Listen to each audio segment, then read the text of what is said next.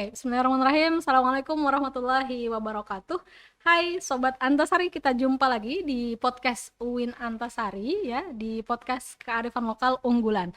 Kali ini menarik nih, kita menghadirkan mahasiswi yang berprestasi di UIN Antasari. Saidah Ulpah. Halo. Halo. Oke, gimana kabarnya Neng? Alhamdulillah baik, Bu. Oke, asik nih kayaknya nih lagi bahagia ya. Oke, Saidah Ulpah. Kamu jurusan prodi Tadris bahasa Inggris, Bu. Tadris bahasa Inggris. Nah, ini menarik ya, kawan-kawan. Di UIN Antasari menggunakan istilah tadris bahasa Inggris ya, bukan pendidikan bahasa Inggris gitu. Tapi hakikatnya sama saja. Boleh diceritain, Saidah Ulpah ya, sebelumnya kamu orang mana sih? Oh iya. Oke. Sebelumnya mau perkenalan diri dulu nih sama Sobat UIN Antasari dimanapun berada. Nama saya Saidah Ulfah, biasanya dipanggil Ulfah. Saya alumni dari UIN Antasari di jurusan Tadris Bahasa Inggris angkatan 2019. Oke. Dan asalnya dari Kabupaten Tabalong, Tanjung. Oh, Gitu. Tanjung ya? Mm-mm. Daerah Batubara. Wujud. Oke. Kamu di Tanjung desa nggak sih tempatmu? Nah, kebetulan saya itu bukan di desa yang dekat di Tanjungnya, bukan di kotanya juga, Ya. tapi di salah satu desa di paling ujung, di kecamatan paling ujung paling utara, itu dekat perbatasan Kaltim, Bu, Kalimantan Timur. Kalimantan Timur. Nih, kan kalau dibilang gini ya, orang perbatasan biasanya nih, ini tidak mengeneralisir, Iya. tapi biasanya kan ngapain sekolah, Iya. iya kan? Ini kenapa nih jauh-jauh di perbatasan gitu ya, terus mau ngambil kuliahnya di UIN Antasari lagi gitu, jauh kan, merantau gitu, kok mau? Nah, itu sih, Bu. Emang isu untuk sekolah lebih tinggi itu sangat-sangat jarang sekali dibicarakan, terutama di kampung saya sendiri. Apalagi biasanya anak-anak itu lekat dengan stereotype bahwa kita setelah lulus SMA nih nikah, Oke, berhenti di situ ya. berhenti di situ. Tidak mengejar mimpi-mimpi yang lainnya, terutama biasanya itu perempuan. Bahkan ada juga yang putus sekolah sejak SMP. Nah, seperti itu. Tapi karena Ulun merasa ini sebenarnya terinspirasi dari kakak juga. Oke. Karena kakak itu adalah orang yang sarjana pertama kali di keluarga Oh, gitu. oke. Jadi mengikuti jejak gitu. Pengen juga kuliah gitu ya. Pengen juga kuliah karena Ulun punya ketertarikan juga dengan bahasa Inggris dari SMP gitu. Oke. Tapi kamu dulu sekolahnya dari SD, dari TK sampai SMA ya? SMA. Memang tidak ada agamanya. Bener, Bu. Ya. Nggak ada sama sekali sangkut pautnya dengan agama. Dan benar-benar kayak dari SD, SMP, sampai SMA itu sekolah umum. Oh, oke. Dan ketika di kelas 12, Heeh. pas sudah ujian umum, Heeh. itu ada sosialisasi berupa brosur. Nah, dari hal sekecil brosur itu ada menerterakan UIN Antasari Banjarmasin. Dan di situ saya melihat beberapa jurusan nih, kira-kira yang mana yang ulun suka gitu. Nah, tertariknya awalnya waktu itu di komunikasi dan penyiaran Islam. Oke. Itu pilihan kedua, tapi pilihan pertama tetap jatuh ke Tadris Bahasa Inggris. Oke. Jadi memang ya udahlah, Tadris Bahasa Inggris yang memungkinkan karena memang tidak pernah belajar agama secara ini ya, maksudnya secara intens. Dan sukanya waktu itu mata pelajarannya bahasa Inggris. Oh, oke. Jadi sebetulnya menyalurkan kesukaan. Nah, gitu. Oke. Oke. Ini kan tidak pernah belajar tentang agama secara intens di sekolah sebelumnya, lalu berkuliah di UIN Antasari yang notabene banyak mata kuliah keislamannya. Itu gimana nih? Nah, itu sih salah satu saya itu terus merasa bahwa hal itu adalah sebuah tantangan untuk kuliah di UIN Antasari Banjarmasin. Karena rata-rata teman saya yang juga lolos di UIN Antasari Banjarmasin jalur SPAN PTKIN itu berasal dari madrasah sanawiyah gitu. Jadi basic pelajaran keislamannya itu sudah ada. Nah, tapi dari saya sendiri belum terlalu mengenal hal itu. Cuman menurut saya dengan belajar itu jadi sebuah ilmu baru juga nih. Ternyata tidak sebegitu susahnya sebenarnya, karena hanya secara general saja gitu keislamannya. Namun ada juga sih beberapa hal yang lebih spesifik. Tapi menurut saya waktu itu saya mengistilahkannya, mungkin saya tersesat nih, tapi tersesat di jalan yang benar gitu. Nih kalau saya urai ya, kalau mahasiswa baru itu kan dia ada program asrama, nah ya kan, asrama. Yang ya identiknya juga kan di situ pembinaannya pembinaan keislaman gitu kan. Lalu kemudian ada yang namanya kita UPB ya, unit pengembangan bahasa yang programnya itu ada bahasa Arab dan bahasa Inggris. Nah kalau bahasa Inggris mungkin karena memang udah suka dari sebelumnya itu oke lah gitu. Bahasa Arab ini gimana nih? Arab. Kan harus bisa, UIN Antasari tuh harus bisa nih bahasa Arab, bahasa Inggris. Itu gimana melewatinya?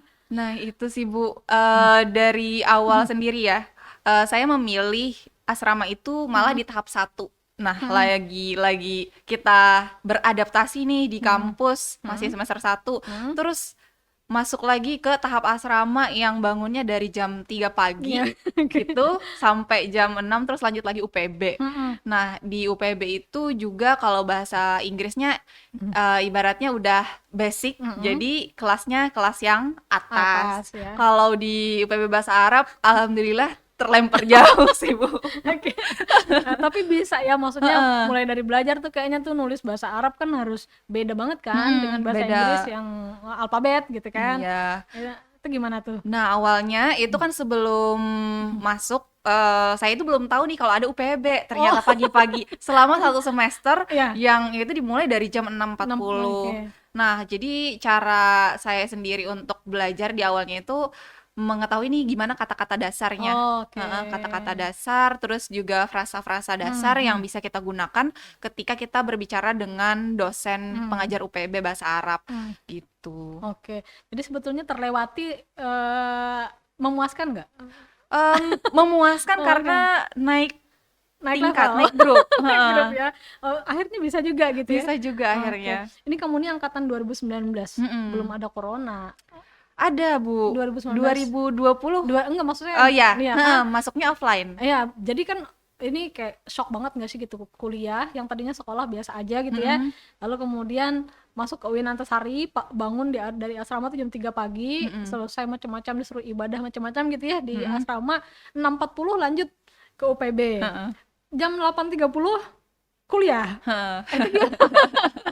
Belum lagi organisasi kan, kamu aktif di organisasi juga kan ya?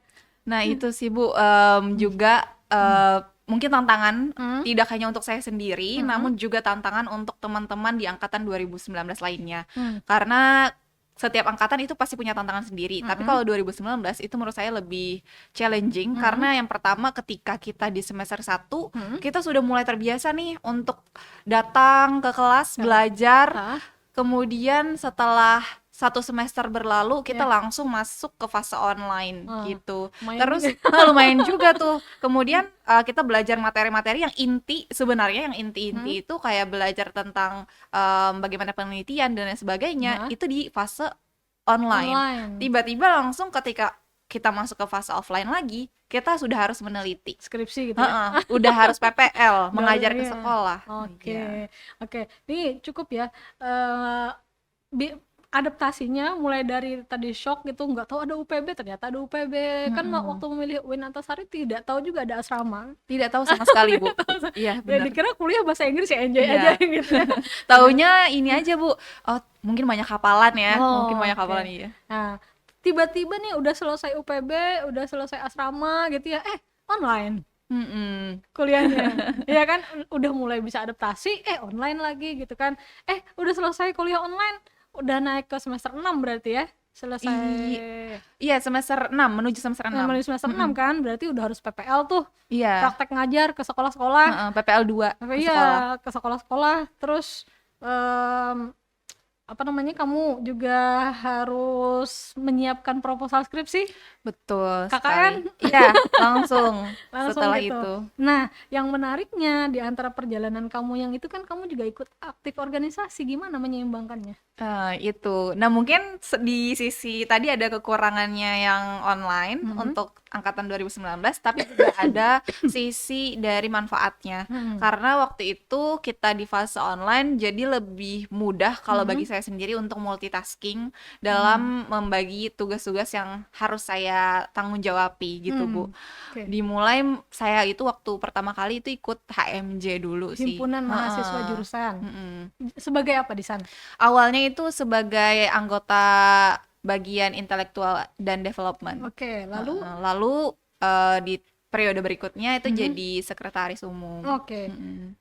Setelah HMJ ada lagi organisasi lain? Ada lagi, setelah itu saya mencoba mengikuti Dema fakultas dan alhamdulillah itu posisinya juga sama dengan HMJ di sekretaris umum juga. Ada lagi yang lain? Kalau di luar juga ada sih, Bu, beberapa ikatan ya. Kalau di tingkat UIN itu juga pernah ikut di Leeds Edusia di bagian pengembangan bakat MC, speech sama debate. Nah, kamu itu kan kayaknya tertarik tuh dengan public speaking gitu ya? Tertarik sekali, Bu. Itu juga yang mengantarkan kamu jadi putra-putri Antasari? Iya, alhamdulillahnya. Itu sih awalnya tertariknya ketika maba sih, Bu. Ketika 2019.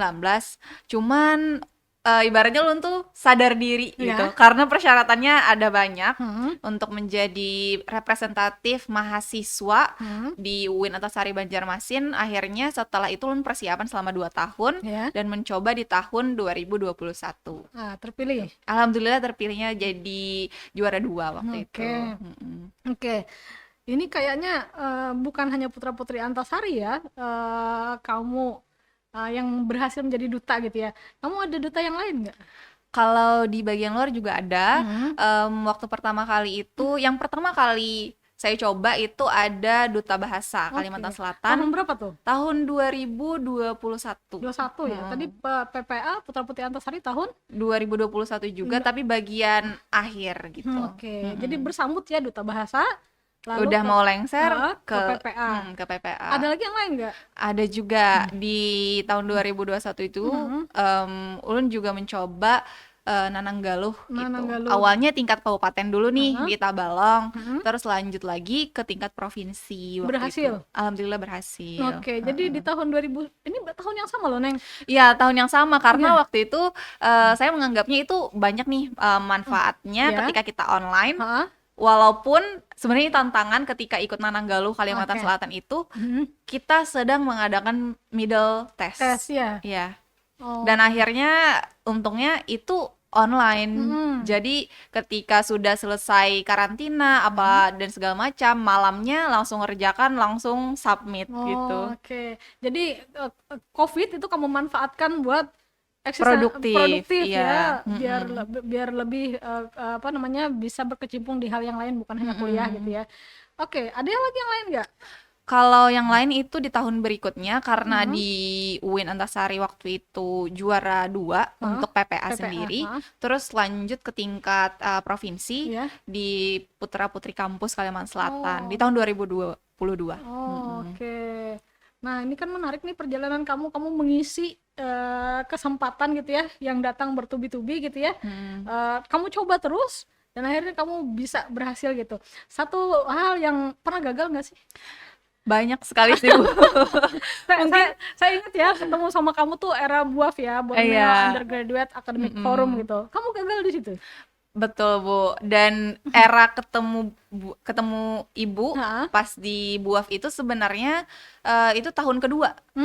Tahun pertama Ulun pernah coba itu tapi gagal juga. Nah, gitu. Terus ada lagi kan waktu itu pelatihan. Nah, dan ketemu ibu dan itu juga gagal lagi gitu. Oke, Sobat Antasari ya, saya mau spill dulu Borneo Undergraduate Academic Forum itu atau BUAF ya. Itu merupakan ajang bergengsi konferensi mahasiswa-mahasiswi se-Kalimantan, khususnya PTKIN.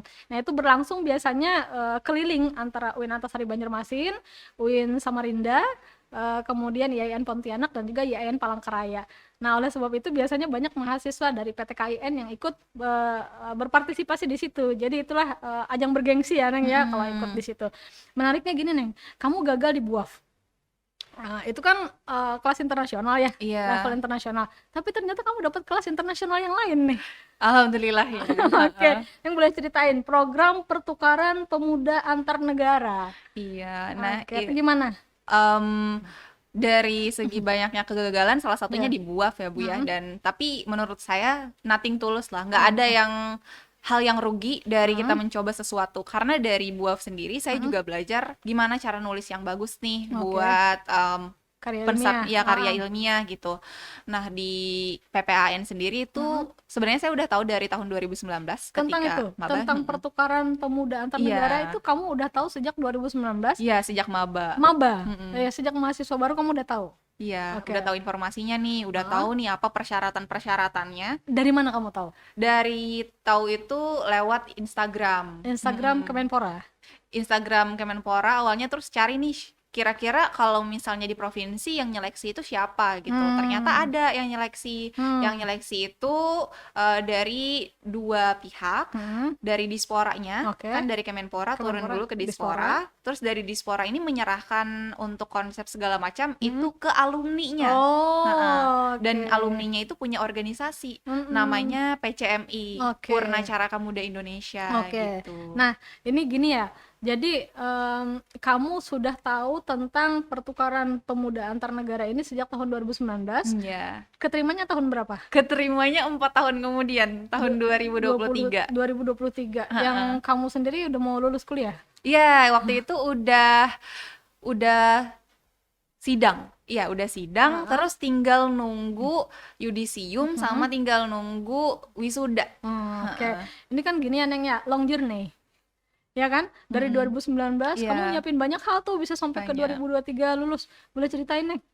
Iya, jadi awalnya kan taunya dari tahun 2019 Ya. dan tahu persyaratan ini agak berat nih ternyata. Dari berbagai hal lah, kayak penulisan motivation letternya, Letter, oke. terus juga prestasi-prestasi yang harus dicapai sebelum itu, terus juga ada persyaratan bahasa Inggris. Iya.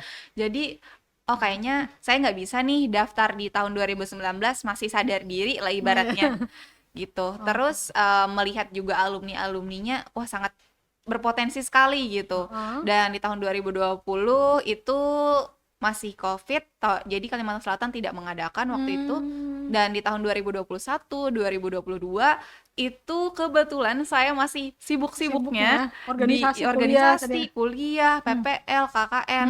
Jadi saya pikir saya tunda dulu deh, sambil kita menuntaskan komitmen yang sudah diikuti sebelumnya. Di tahun sebelumnya kita tuntaskan dulu nih organisasi, kita selesaikan dulu skripsi, baru kita daftar itu gitu. Karena itu harus, perjalanannya kan banyak ya tahapannya.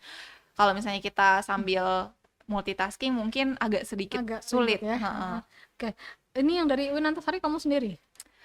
Untuk tahun ini iya, tapi tahun dulu juga pernah sebenarnya. Oke. Nah, ini kan menarik kan, Neng ya.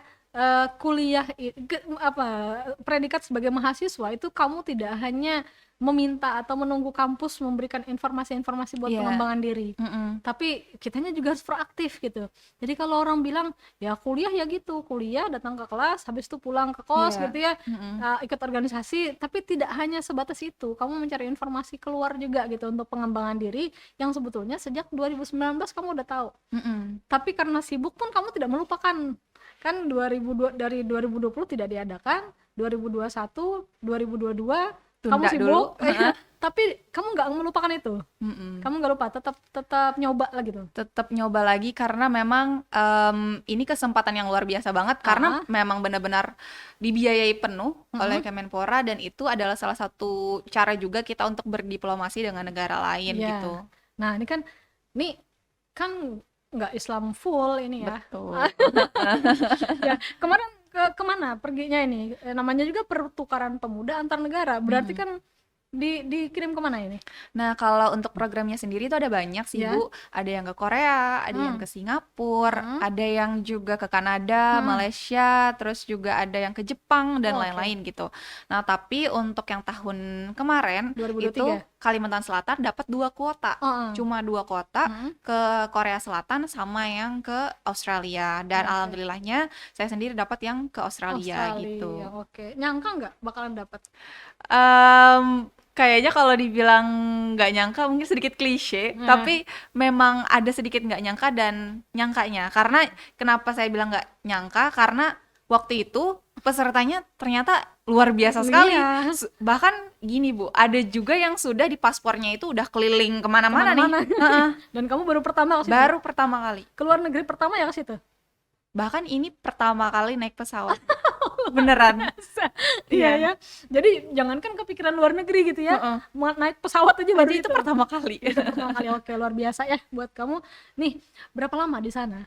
Kalau untuk programnya sendiri sebenarnya lama di proses persiapan. Di sini berarti? Ya, di sini secara online kita itu lama banget, dari bulan Juni sampai di bulan September waktu itu. Iya, itu persiapan online-nya. Kita menyiapkan tarian, kita menyiapkan materi apa saja sih yang bisa dibutuhkan untuk mempersiapkan kita nanti bisa beradaptasi di sana gitu.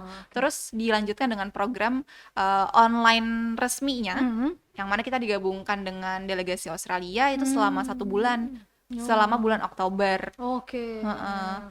Lalu kita lanjutkan di program offline-nya. Nah, program offline-nya kalau yang Australia ini, delegasi Indonesia dulu yang ke Australia. Waktu itu dimulai pada tanggal 3 November sampai 6 Desember gitu. Jadi 1 bulan.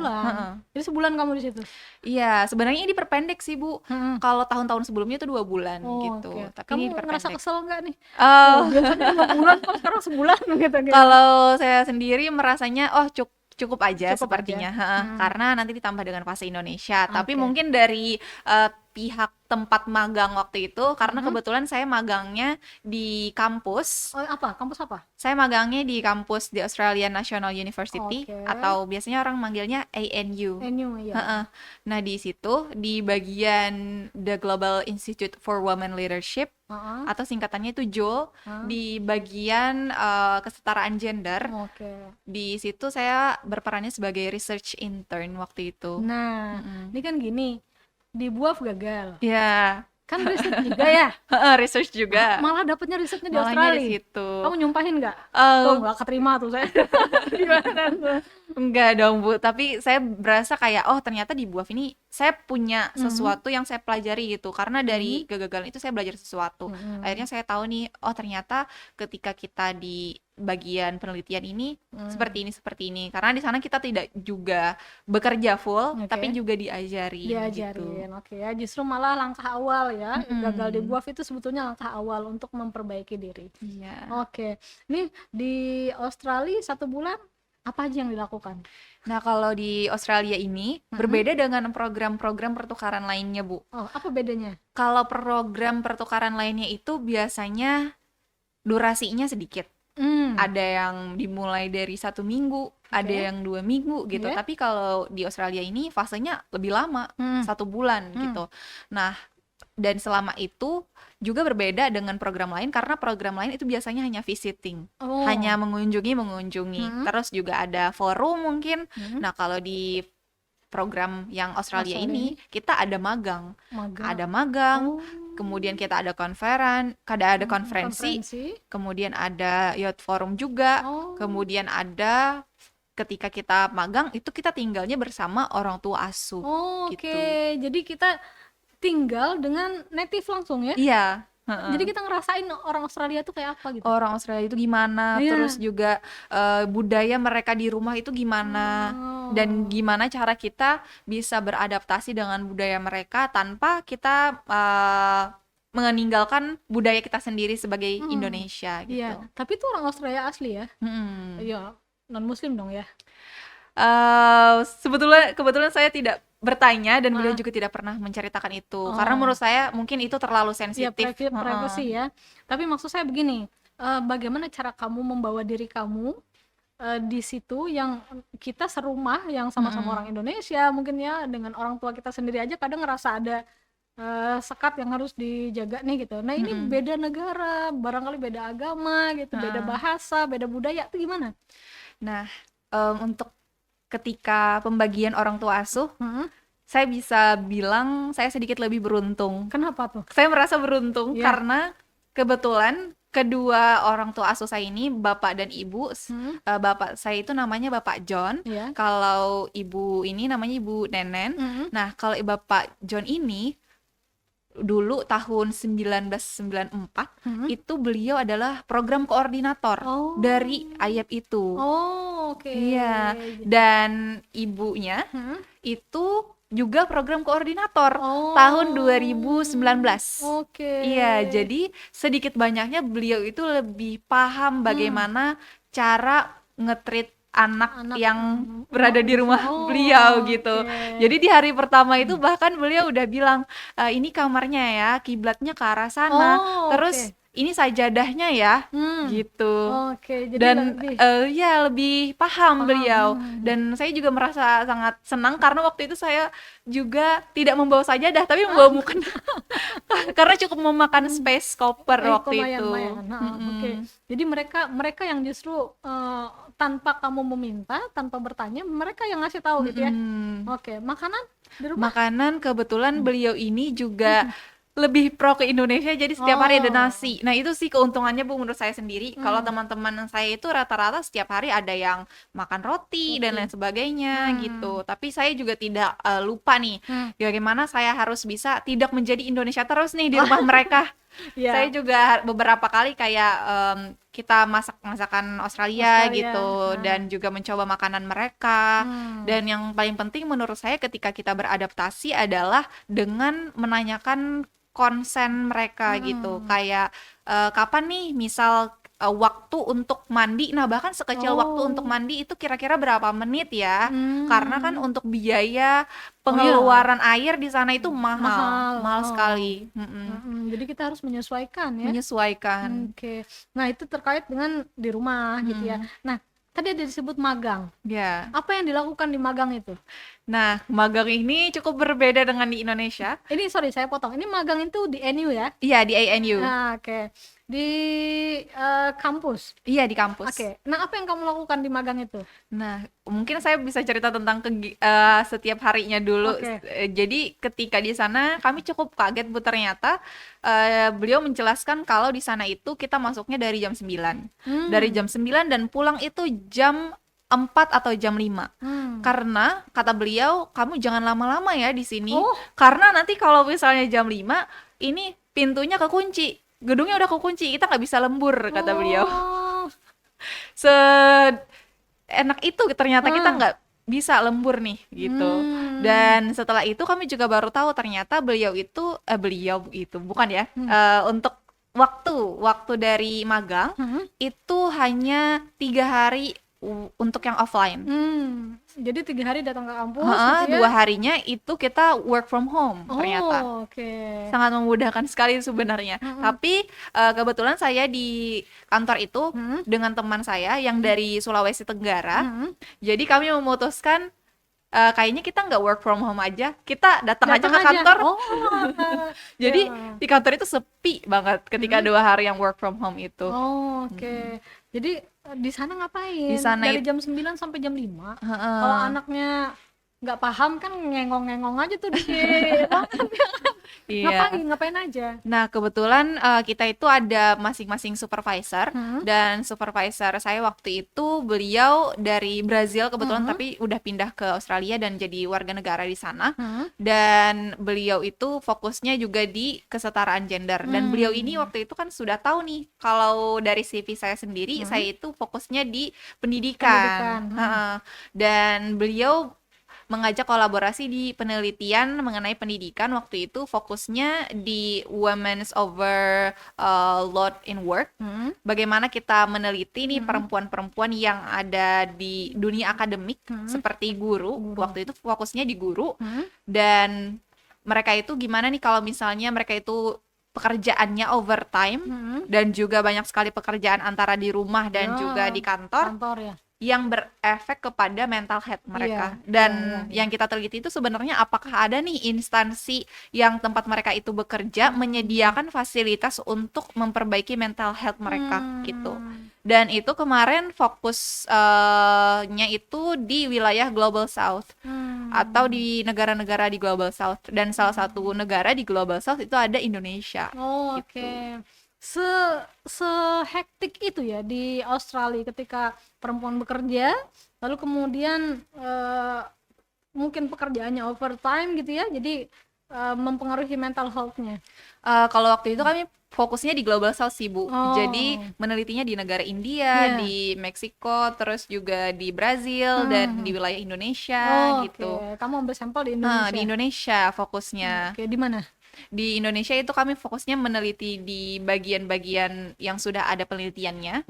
Lalu kami juga buat literatur reviewnya apakah ada, dan ternyata memang kalau untuk spesifikasi instansi itu biasanya tidak menyediakan nih. Kalau di UIN Antasari sendiri ada kan di bagian konseling ya kalau tidak salah. Nah itu kalau di beberapa sekolah itu tidak ada untuk guru khususnya. Kalau untuk murid mungkin ada di bagian konseling gitu. Dan itu juga menjadi salah satu gap juga yang kita temukan gitu waktu itu. Oke. Jadi kayak apa ya? Disuruh bekerja, tetapi sebetulnya mentalnya tidak terjaga gitu ya. Dan dari instansinya sendiri itu tidak menyediakan nih. Iya. Seharusnya ada Harusnya gitu. ada. Oke. Belum lagi gitu ya yang baru melahirkan gitu Iya, ya, yang hamil benar. gitu ya, yang usianya tua mungkin gitu ya, tidak terlindungi dengan baik. Oke, selain magang ada konferensi. Iya, betul. Nah, itu gimana tuh? Kan banyak macam-macam negara dong ya. Nah, itu gimana? Nah, itu juga jadi pengalaman yang luar biasa sekali karena pertama kalinya ikut konferensi yang internasional yang offline. Iya. Kalau sebelumnya kan ikutnya yang lewat Zoom gitu. Iya. Dan ketika kita offline, kita merasakan, oh ini gede sekali nih ruang kelasnya karena waktu itu di ruang kelas gitu. Dan itu juga dari berbagai negara, ada negara Italia kalau tidak salah, kemudian ada dari negara India, Malaysia dan lain sebagainya, yang dari Cina juga ada waktu itu. Dan dari situ saya belajar bahwasanya tentang kesetaraan gender itu nggak cuma kayak yang saya ketahui di sini gitu. Karena ketika sebelum saya masuk ke kantor itu, saya taunya oh kesetaraan gender itu seperti ini, patriarki itu seperti ini. Tapi ketika ikut konferensi, oh luas ya ternyata. Ya. Ini kan sama nih, konferensi dengan Youth Forum kan sama-sama intinya diskusi gitu ya, membahas suatu masalah. Gimana rasanya kamu berada, kita kampus Islam ya, notabene kita berasal dari kampus Islam, lalu kemudian berada di antara orang-orang yang berbeda agama dan beda negara, beda bahasa, beda kulit, beda ras juga. Itu gimana rasanya?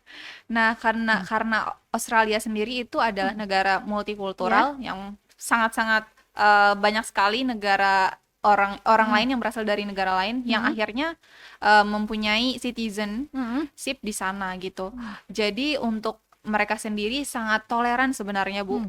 Kalau bisa dilihat dari segi konferensi waktu itu, ketika ada menyediakan makanan, mereka benar-benar sangat concern dengan makanan itu.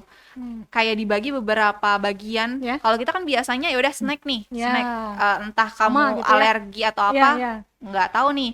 Kalau mereka sangat-sangat menjaga. Iya, concern dengan itu. Ada yang halal, ada yang tidak pakai gluten, ada yang vegetarian gitu. Jadi dibedain. Jadi dibedain dari mereka. Kita bisa ngambil sesuai dengan yang kita mau. Gitu. Alhamdulillahnya. Alhamdulillah ya. Nah, kalau dari saya sendiri mungkin karena saya juga berasal dari kampus Islam. Namun juga kita tidak lupa untuk bermoderasi ya Bu ya, betul, karena harus menghormati orang lain juga dengan berbagai perbedaan yang ada di sana gitu. Namun yang saya sangat ambil pelajarannya dari Youth Forum dan konferensi itu adalah ternyata orang-orang di luar sana tuh benar-benar proaktif untuk berbicara dan mengemukakan pendapat gitu. Apapun pendapatnya gitu, sekecil apapun, dan gak ada yang mau ngetertawain kamu. Oke, jadi bisa berani ngomong dong jadinya. Iya. Oke, berani menyampaikan ide jadinya. Oke, ini saya tahu banget nih, kan nggak gampang dapat ini. Apa yang kamu persiapkan? Yang untuk PPAN ini atau? Iya, PPAN ini. Oke. Kalau untuk PPAN sendiri ya tadi saya persiapannya selama 4 tahun, cukup lama gitu. Dan untuk itu juga selain daripada prestasi, saya juga menyiapkan nih tes TOEFL karena itu minimal nilainya itu 550 ke atas. Iya. Dan dari segi itu juga saya persiapkan prestasinya yang paling akhir waktu itu mahasiswa teladan. Supaya buktinya ini cukup nih untuk mewakili Kalimantan Selatan sebagai representatif gitu.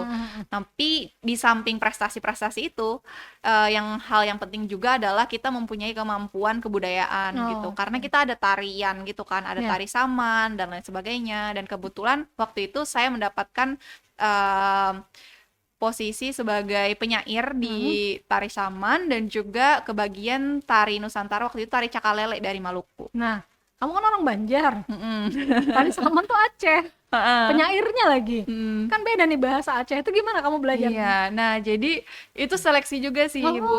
Waktu itu ketika kita program yang online, yang selama dari bulan Juni sampai bulan September, kita benar-benar belajar dan kita diseleksi nih siapa nanti yang jadi penabuh Rapai atau apa ya, kita bahasa Banjarnya gendangnya gitu.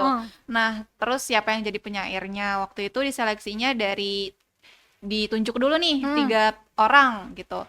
Terus kita latihan terus mengirimkan suara gitu. Dan akhirnya terpilih lah waktu itu. Ini cocok jadi orang Aceh nih gitu ya. Terus ini juga dikasih saran-saran juga sama delegasi yang tahun kemarin yang dari Aceh gitu. Ini bisa bahasa Aceh, udah kamu Aceh aja. Udah gitu tadi menari yang Maluku tadi. Nah, itu juga kan kamu orang Banjar, tapi itu gimana tuh? Nah, itu sebenarnya sebuah tantangan yang luar biasa. Karena itu yang tariannya itu kan untuk 4 orang ya Bu ya. Dan 3 orang diantaranya itu dari timur juga. Jadi mereka sudah terbiasa melihat tarian itu. Nah, kamu sendirian dari Kalimantan. Dan sendirian juga yang berhijab. Karena di tarian itu tidak berhijab sebenarnya, mereka pakai celana pendek gitu.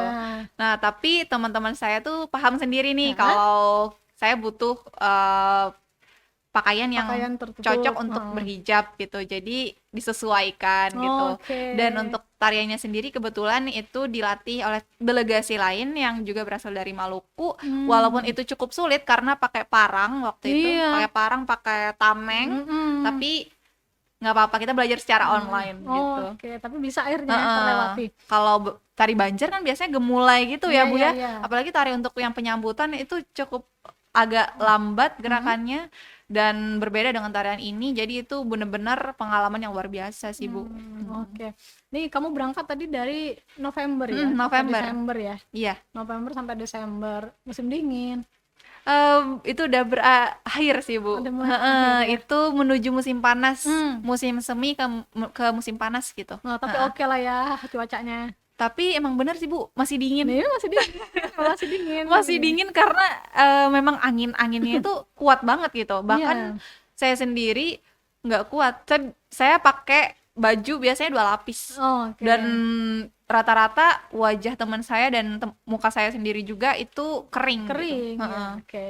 Nih kalau diingat-ingat, ini kan baru ya, sekarang kan baru Maret, 2 bulan yang lalu gitu kan. Gimana pencapaian itu rasanya? Rasanya masih belum bisa move on sebenarnya Bu, karena berakhirnya itu kan kita juga ada fase Indonesia. Ada ke Indonesia, seluruh delegasi Australia juga ke Indonesia. Tanggal 6 Desember itu kita ke Jakarta. Setelah di Jakarta kurang lebih beberapa hari, kita langsung ke fase Indonesianya di Bangka Belitung. Beda lagi. Dari yang awalnya kedinginan, akhirnya kepanasan kita. Kan Belitung itu di pulau gitu ya Bu ya, dan dikelilingi dengan pantai, jadi hawanya agak sedikit berbeda dengan Kalimantan Selatan gitu. Jadi belum selesai ya. Pokoknya 1 tahun itu kayaknya kamu digembleng banget ya, mulai dari Juni gitu, terus programnya sampai Desember, pulang ke Indonesia belum selesai. Pulang ke Indonesia ini juga belum selesai Bu. Jadi setelah kita selesai nih fase di Belitung, waktu itu selesainya dari bulan Desember kan, berakhirnya itu di tanggal 5 Januari. Setelah 5 Januari kita ada lagi nih kegiatan di Jakarta. Lagi beberapa hari lagi. Setelah itu setelah pulang kita ada kegiatan lagi di sini. Karena setelah kita pulang kita harus melakukan pengabdian masyarakat. Pengabdian lagi.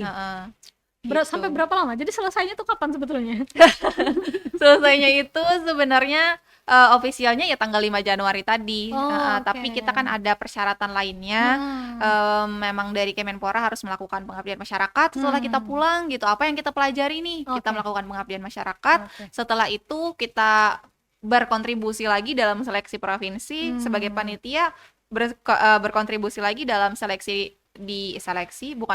tapi persiapan di Jakarta nanti. Gitu. Ini kan berarti kamu alumninya, berarti kan harus ngerekrut orang baru lagi nih. Oke, boleh disampaikan ke Sobat Antasari mungkin yang tertarik juga untuk bisa mengikuti jejak di program pertukaran pemuda antar negara, silakan. Oke, dimanapun Sobat Antasari berada, khususnya teman-teman yang sedang aktif berkuliah, mungkin ya yang nggak sedang sibuk skripsian. Kalau sibuk skripsian, boleh selesaikan dulu skripsinya. Jangan lupa ikut, nanti pendaftarannya itu biasanya dibuka dari bulan Maret atau biasanya sampai April atau Mei gitu. Karena kalau sepengalaman dari saya sendiri, waktu itu finalnya di bulan Mei. Dan jangan lupa ikut persiapan bahasa Inggrisnya, tentang kebudayaannya, dan juga pengabdian masyarakat yang pernah kalian lakukan sebagai persyaratannya. Karena ada banyak benefit yang akan didapatkan. Selain kita dibiayai penuh, kita juga akan menjadi delegasi Indonesia dalam berdiplomasi dengan negara Australia gitu. Oke, Sobat Antasari semuanya, boleh dicoba ya. Karena semakin, kan memang di dalam Islam tuh kita disuruh fantasyiru fil ardi, menyebar ke berbagai belahan bumi gitu ya. Jadi sebetulnya kalau dibilang ngapain jalan-jalan ke Australia, ya itu menerapkan apa ayat Quran bilang gitu kan. Jadi kita boleh berjalan kemana saja ya. Nih programnya setahun kan, selain dibiayai dikasih uang nggak sih? Iya, alhamdulillahnya. Jadi kalau bisa dibilang waktu itu saya juga bawa uang nih dari Kalimantan Selatan. Takutnya nanti kurang gitu apa segala macam. Ternyata ketika kita di Jakarta itu penuh kan, dari hotel segala macam itu kita dibiayai. Kemudian ketika kita ingin berangkat ke Australia, kita dikasih uang juga nih, uang saku untuk 1 bulan full di sana gitu. Dan alhamdulillah itu sangat-sangat cukup sekali. Ya? Dan lebih mungkin? Ya alhamdulillah. Tergantung kita. Tergantung apakah kita boros atau tidak sih. Oke, jadi kamu bawa uang tapi sebetulnya uang itu tidak terpakai? Tidak terpakai sih, Bu. Oke, jadi dikasih, udah dibiayain, diberangkatin gitu ya, dikasih makan, dikasih tempat tinggal, dikasih sarana belajar, dikasih uang saku lagi. Oke. Tinggal persiapkan diri aja nih. Tinggal persiapkan diri saja. Oke. Jadi buat Sobat Antasari semuanya ya, tidak ada yang rugi sebetulnya mengikuti program ini. Jadi UIN Antasari akan selalu memberikan sokongan kepada Sobat Antasari semuanya untuk lebih mengembangkan diri baik di bidang akademis maupun di non akademis. Oke, Saidah Ulpah sudah lulus tahun 2023 semester ganjil kali ya. Kurang lebih 3 tahun 6 bulan. 3 tahun 6 bulan. Tapi kan sesuai targetnya gitu ya. Next apa nih? Kan udah lulus nih. Sebenarnya banyak sekali sih Bu yang pengen dicapai kan, tapi kalau untuk saat ini saya ingin fokus bekerja dulu. Tapi untuk itu saya juga sambil nih menyiapkan berkas-berkas pendaftaran beasiswa gitu, beasiswa S2. Jadi nggak kapok ya? Nggak kapok gitu ya belajar? Insya Allah. Oke, sekarang sedang menyiapkan berkas untuk mencoba beasiswa S2 ya. Dan tadi bekerja bilangnya. Iya. Bekerja di mana? Sekarang itu bekerjanya di Jakarta Selatan. Jakarta Selatan. Sudah mulai bekerja atau bekerjanya mulainya dari bulan ini tapi di pertengahan. Oke. Jadi pertengahan Maret udah pergi ke Jakarta buat kerja lagi. Iya. Oke. Cari duit dulu. Udah habis. Iya, karena kalau persiapan beasiswa itu kan perlu duit juga gitu. Oke. Saya secara pribadi mendoakan semoga Saidah Ulpah sukses, lebih sukses lagi ke depannya ya. Terima kasih banyak sudah berkunjung ke podcast kita, Kearifan Lokal Unggulan ya, sebagai salah satu dosen di UIN Antasari. Saya cukup berbangga. Sekali lagi saya doakan semoga kesuksesan senantiasa mengiringi. Oke, demikian Sobat Antasari semuanya, podcast kita pada kali ini menghadirkan mahasiswi alumni kita ya dari UIN Antasari yang berprestasi sampai ke luar negeri. Sobat Antasari boleh langsung bertanya, kunjungi Instagram Saidah Ulpah ya, main-main ke situ, mari kita geruduk Instagramnya ya. Kita jumpa lagi insyaallah di podcast Kearifan Lokal Unggulan. Assalamualaikum warahmatullahi wabarakatuh. Salam. Thank you Neng ya, dingin banget.